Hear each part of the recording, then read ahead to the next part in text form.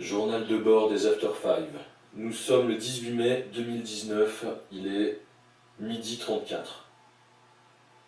J'aimerais revenir sur l'expérience que nous avons menée avec les services civiques d'unicité, et qui m'a fait me poser beaucoup de questions.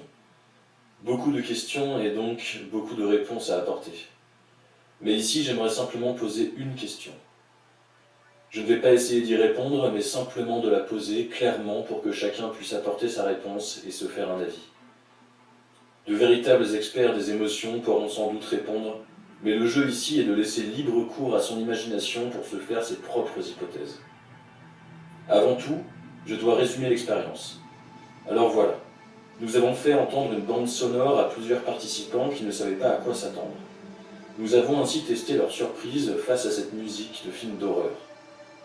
Les réactions étaient toutes très similaires. Des sourires, des rires, de l'incompréhension ou peut-être parfois de l'inquiétude, et surtout beaucoup de regards intrigués et concentrés. Et tout cela dans le même ordre, au même moment de la bande-son. Après cette phase d'écoute, nous avons posé une question. Est-ce une bonne musique ? Question intéressante puisque je n'avais pas présenté ce qu'ils avaient entendu comme de la musique, mais comme une bande-son. Et ce qui est principalement fascinant ici, c'est que je constate que si les réactions ont été semblables, les réponses ne l'ont pas du tout été.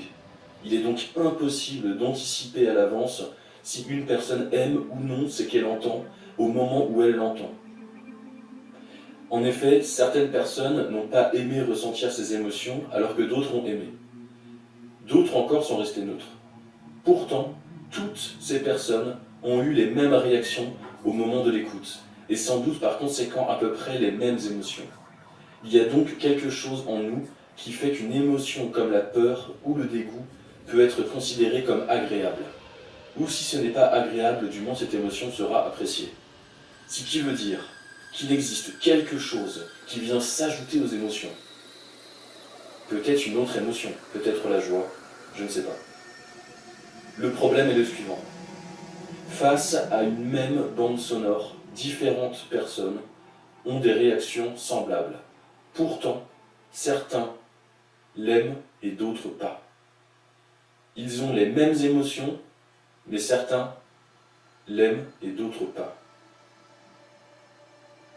Donc les émotions ne jouent pas de rôle dans le fait qu'on aime quelque chose. Ou alors ne remplissent pas ce rôle à elles seules. Ou remplissent ce rôle à elles seules, mais sont tellement complexes qu'on ne parvient pas à les comprendre. Alors je propose 3 pistes.